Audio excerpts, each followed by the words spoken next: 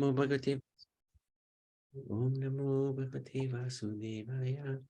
Om Namo Bhagavate Vasudevaya. So wanted to seek the blessings of Radha Mata, Brother Shyam Sundar Krishna Balaram, Bal Gopal Gauritai, Srila Prabhupada, Guru Maharaj, and the assembled devotees, continuing with looking at the lives of these phenomenal Devatas who assist the Lord in wonderful service of administrating the universe. So today we've looked at Lord Brahma, Lord Shiva, Durga Mata, and today wanted to have a look at Ganeshji. And this is a verse in the Brahma Samhita which describes Ganpati's activities. Yatpada palava yugam vinidaya kumbha dvande panama same saganadi raja vignam vihantum alamasya jagatrayasya govindamadi purusham tamaham bhajami. I adore the primeval Lord Govinda, whose lotus feet are always held by Ganesh upon the pair of tumalai protruding from his elephant head, in order to obtain power for his function of destroying all of the obstacles on the path of progress of the material three worlds. So this is wonderful seva. Ganesh is one of the most adorable personalities, and his service is extraordinary as well, which is destroying all the obstacles on the path of progress, both material progress and spiritual progress. So Ganesh is important to the materialists, but is also important to the spiritualists. So let's have a look at him. The multitude of deities in Vedic tradition seems to create an idea of pantheism, i.e. many gods, many supremes, in the immature mind of the uninformed. Ganesh is the most universally worshipped of all the so-called Hindu pantheon. However, he is rarely the exclusive or ultimate object of devotion, though this is relatively common in South India. More often, he is supplicated before the worship of other deities. So in essence, he is not worshipped on his own. There's a reason to worship him, to remove some obstacle in order to worship a higher, if you like, deity. He is frequently placed as the keeper of the threshold, standing near the doorway of a shrine or a temple. He's considered the destroyer of all obstacles and venerated at the beginning of any ritual, special event, or important endeavor. He is therefore referred to as the Lord of Beginnings, the giver of success. So, very special personality. He is the first of the two sons of Shiv and Parvati. He is shown with the elephant's head and a rotund or rounded body. He is dressed gorgeously and in three hands holds an axe, elephant noose, and a round cake called a modaka, laddu. With his fourth hand, he awards benedictions. One of Ganesh's tusks is broken. Some say this was broken in a fight with Parshuram. Others that he snapped it off himself to hurl it at the moon as it was mocking him. Another account tells of how he used his broken tusk to write down the Mahabharata, as sage Vedvyas narrated it. He is therefore considered the patron of letters and associated with learning and wisdom, together with Mother Saraswati. He also oversees all human experiences that can be identified and characterized, and is thus called the Lord of Categories. This is interesting because so many of our experiences, we can box them up into different categories. So he oversees that. Ganesh is depicted in seated, standing, and dancing poses. He is particularly fond of sweets, laddus, and shows a tendency to overeat. This is one of the reasons why I think the moon was laughing at him, Chandradeva, at one point, and he got offended. Ganesh's carrier is the Bendico, or large species of rat. So interesting how the carrier of the elephant is a rat. Ganesh has other names such as Ganapati, the leader of Shiva's personal troops, Vinayak, one who is knowledgeable, Vigneshwar, one who removes obstacles. Some consider Ganesh to be a brahmachari, celibate. Others claim he has two wives, usually identified as two daughters of Brahma, Siddhi and Buddhi. Siddhi is perfection, Buddhi is intelligence. There are different opinions in this matter. Depends on which part of Bharat you're in, as far as I understand.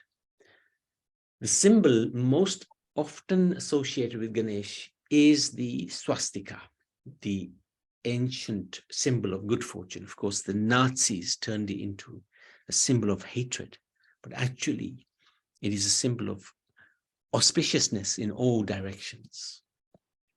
Ganesh Chaturthi, the birthday celebration, occurs in August-September. Festivities begin on the 4th day of the waxing moon in the month of Bhadrapad and can last up to 10 days. The festival is particularly popular in Maharashtra. This is where they make the deities of Ganesh, and then after the 8 days are over, they will put those deities into the ocean or into a river. He has the auspicious 8 names. Vignesh, remover of obstacles. Ganesh is head of the Ganas, including Nandi and Brundi. Hiramba, he fought with Shiva. Gajanana, head of an elephant. Lambodara, he has a big fat stomach. Udhar. Shoparkarana, he has broad ears. Vinayak is immersed in meditation of Sri Vishnu. Ekdanda, he has one tusk. How did he receive his head? So Ganesh is the first son of Parvati, Lord Shiva's consort.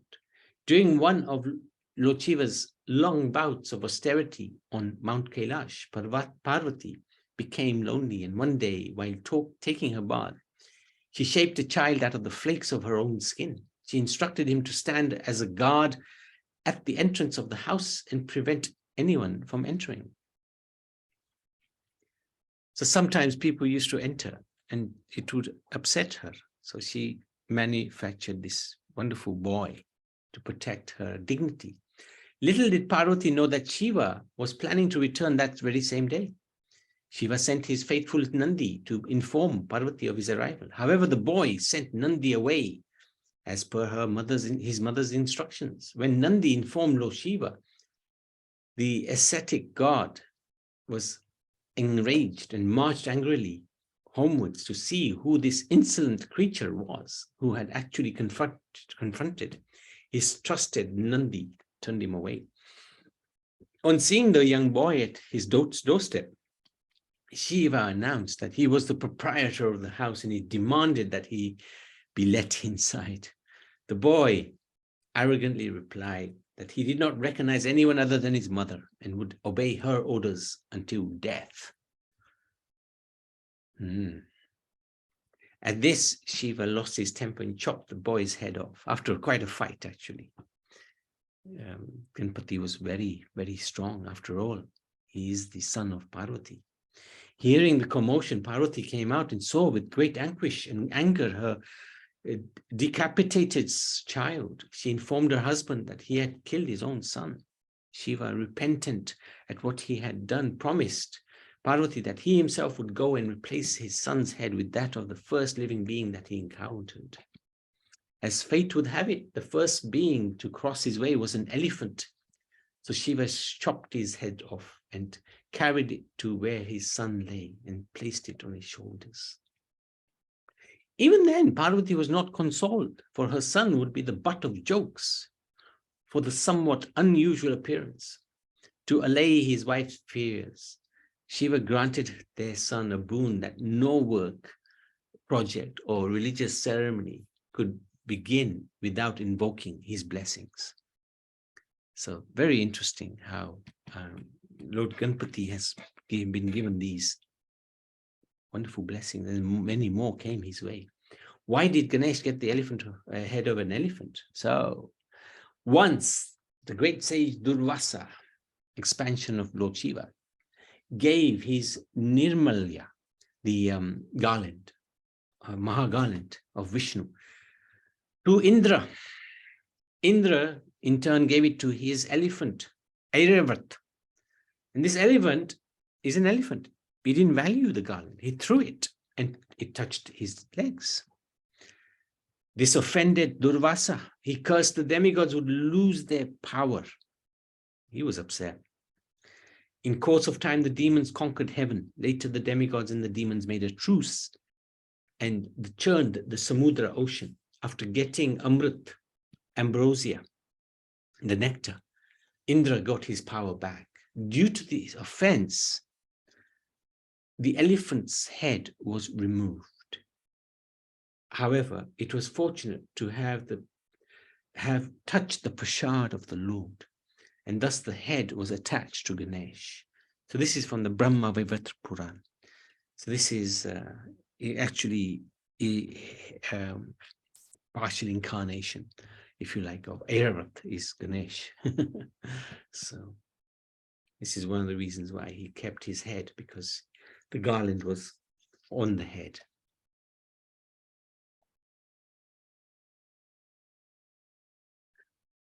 So Ganesh's tusk being broken. So one night Ganesh had enjoyed a really special feast, was returning home on his carrier, the rat. Pleasant evening, the full moon was shining with a silvery light.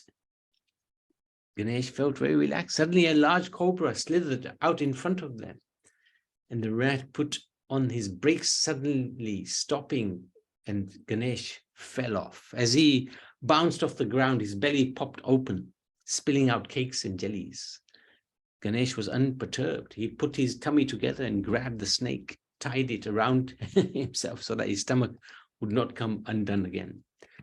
Then he heard somebody chuckling. Looking up, he saw the moon laughing at him. He was furious. Breaking off one of his tusks, he hurled it at the offending planet, slicing off part of it. So this is one story showing how the moon came to have its phases. There's other stories as well, other pastimes. So after this story, Ganesh was called Ekatanta. There are alternative pastimes of how he broke his tusk. One is that he wrote the Mahabharata with it.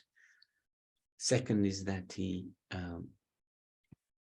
it was broken by Pushuram's axe when he fought with him. And there's another one as well that he used it as the first ever plow.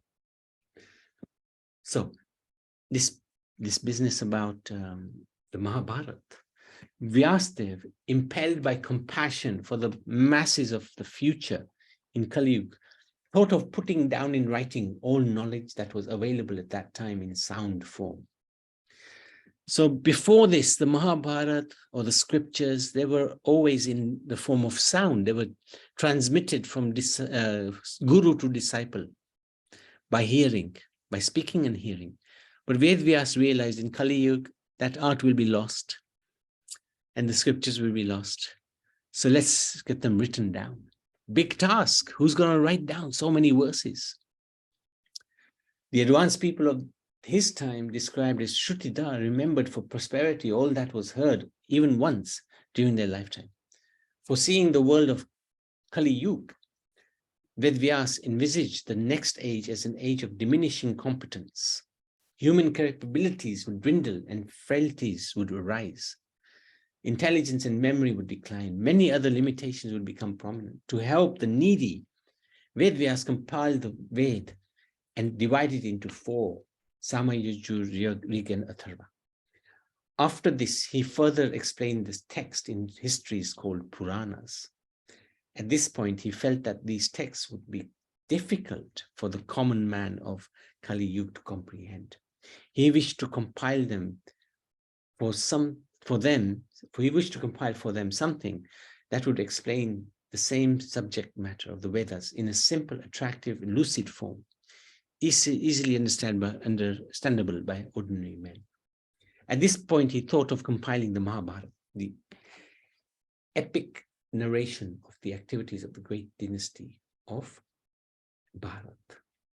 Wanting to express his approval, Lord Brahma, who is the Param Guru of Vedvyas, gave his blessings to Vedvyas by mentioning Asya Kavasya Kavayona Samartha Visesane, Mahabharata Adi 173. The greatest poets of this world would not be able to compose a better composition than this one. He then advised Vyas to take help from Ganesh for the purpose of writing down the composition. So even though he had a son of the caliber of Sukadeva Goswami and wonderful disciples like Vaisampayana, Lord Brahma's selection for his valuable task was Ganesh. So it's interesting to note that Vyas himself is an incarnation of Narayan. And whenever anyone chants the Vedic literature, one first offers obeisances to Vyasdev. Before reaching this point, Vyasdev had already compiled the Vedas, had even summarized it in the form of the Vedanta Sutra. Clearly, there is no doubt about the capability of the compiler himself or his followers in the form of his sons or disciples. Yet Brahma ordered Vyasdev to commission Ganesh for this important task. Clearly, Lord Ganesh is a personality specially chosen for this important task. Following the great authority, Lord Brahma, when Vyasdev called upon Ganesh, the text was already in the mind of Vyasdev. But as advised by Brahma, he requested Ganesh to help write it down. Hearing this, Lord Ganesh said, "Oh Vyas, I shall agree on one condition. While writing, my pen should not stop even for a moment." No problem. You too have to write. You can only write when you understand it properly, when you understand its meaning. So Ganesh said, yes, okay, I will understand what I am writing and then write it down.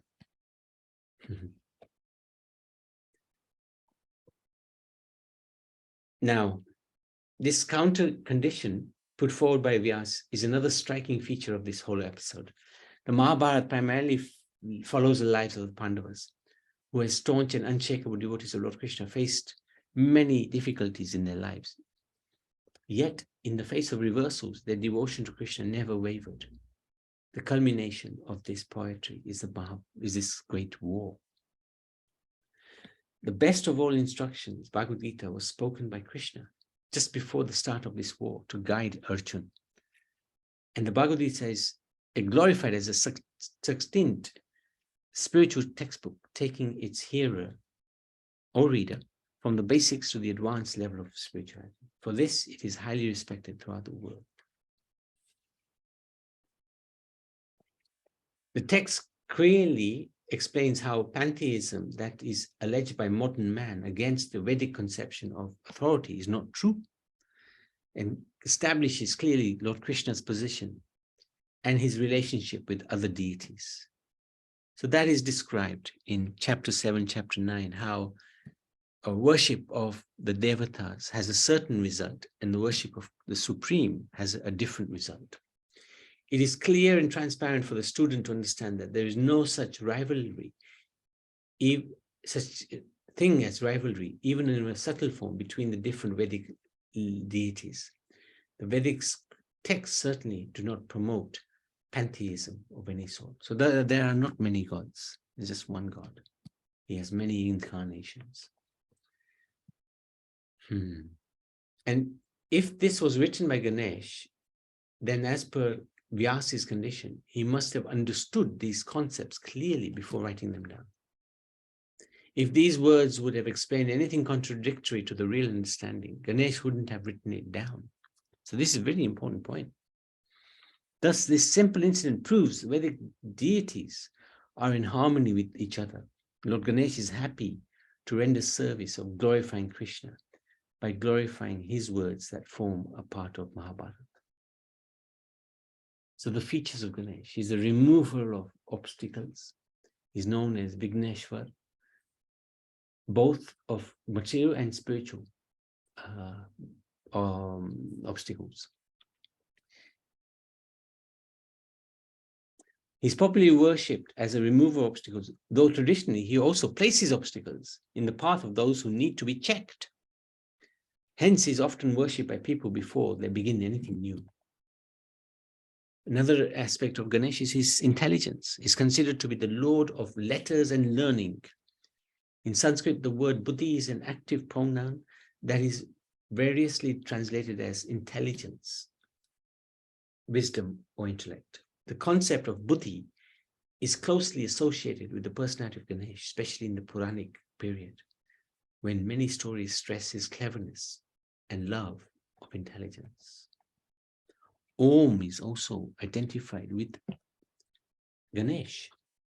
The term Omkar Swarup, Om is his form, when identified with Ganesh, refers to the notion that he personifies the primal sound. Some devotees see similarities between the shape of Ganesh's body in iconography and the shape of Om in the Devanagari and Tamil scripts. So this is the Om, and so Ganesh features here. First chakra. According to the Kundalini Yoga, Ganesh resides in the first chakra called Muladhar. Mula means original, Mula mantra or main. Adhar means base or foundation. The Muladhar chakra is the principle on which the manifestation or outward expansion of primordial divine force rests. This association is also attested to in the Ganpati Atharva Shirsha. Thus, Ganesh has a permanent abode in every being as the Muladhar. Ganesh holds, supports, and guides all other chakras, thereby governing the forces that propel the wheel of life. So he's a very important personality. Very important. This is the first chakra.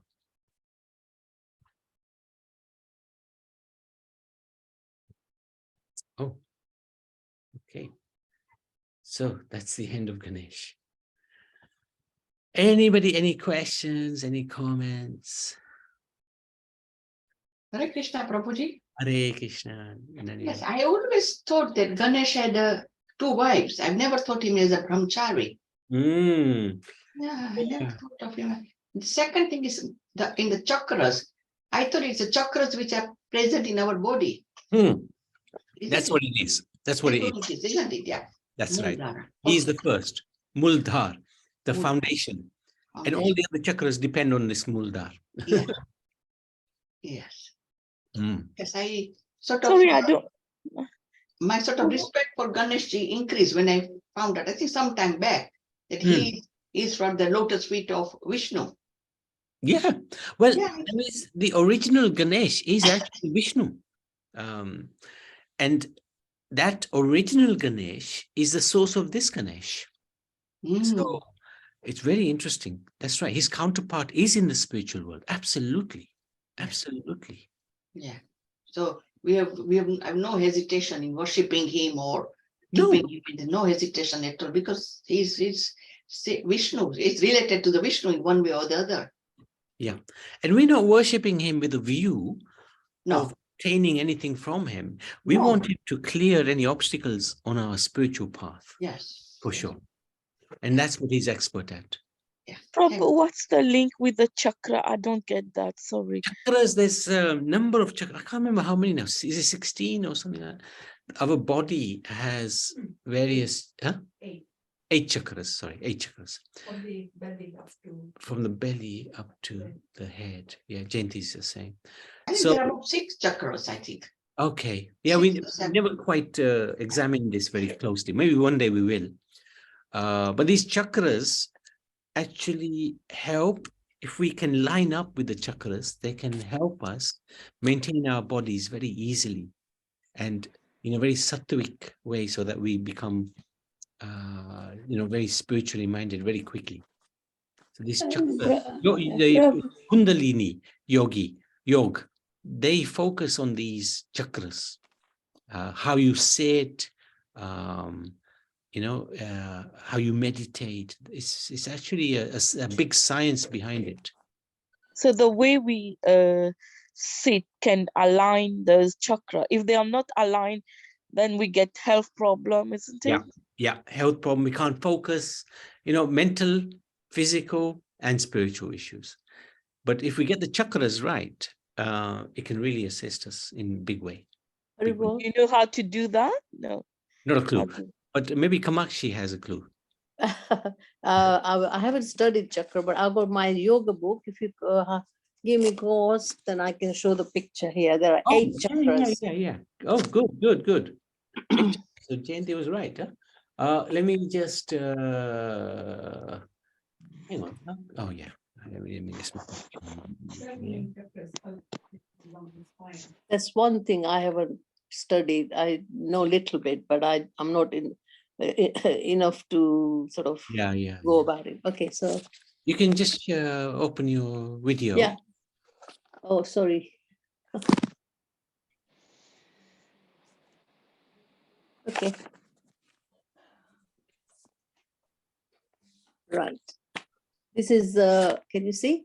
Yeah. Okay. Just about. So this is a Patanjali yoga book I have from Haridwar.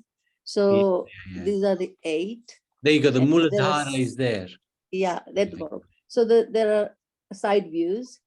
Okay. Yeah.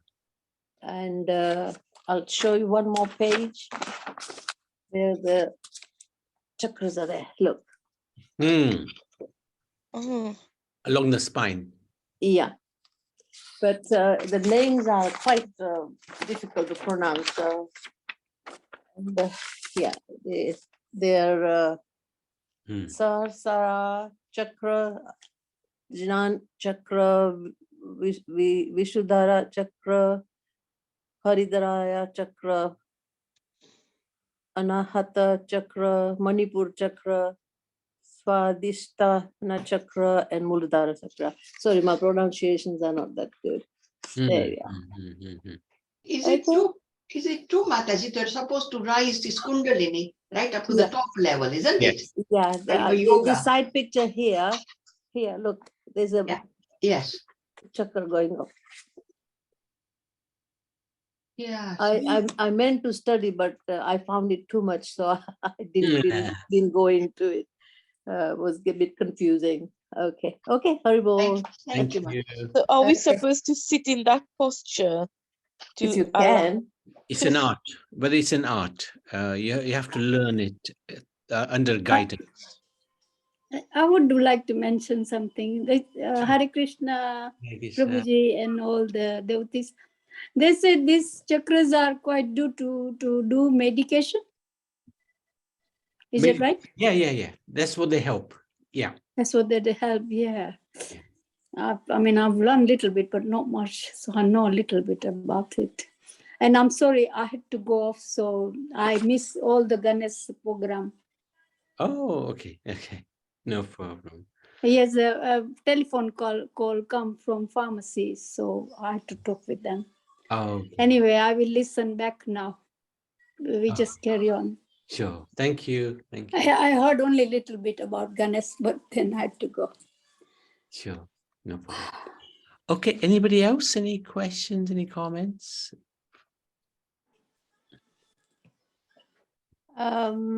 Shall I just read this Yes. Chakras. Chakras are the energy centers of various kinds located in our pranic body. Pranic means pran, regulating the functioning of the vital organs of the physical body by providing the energy needed by it. If the chakras are balanced, energy flows freely and we feel our best. Otherwise, energy flow may be blocked or too slow, making us ill. There are 8 chakras and 9 gates in the body. Okay? Yeah. Thank you. Thank you. All right. Ganpati ki jai. Lord Ganesh ki jai.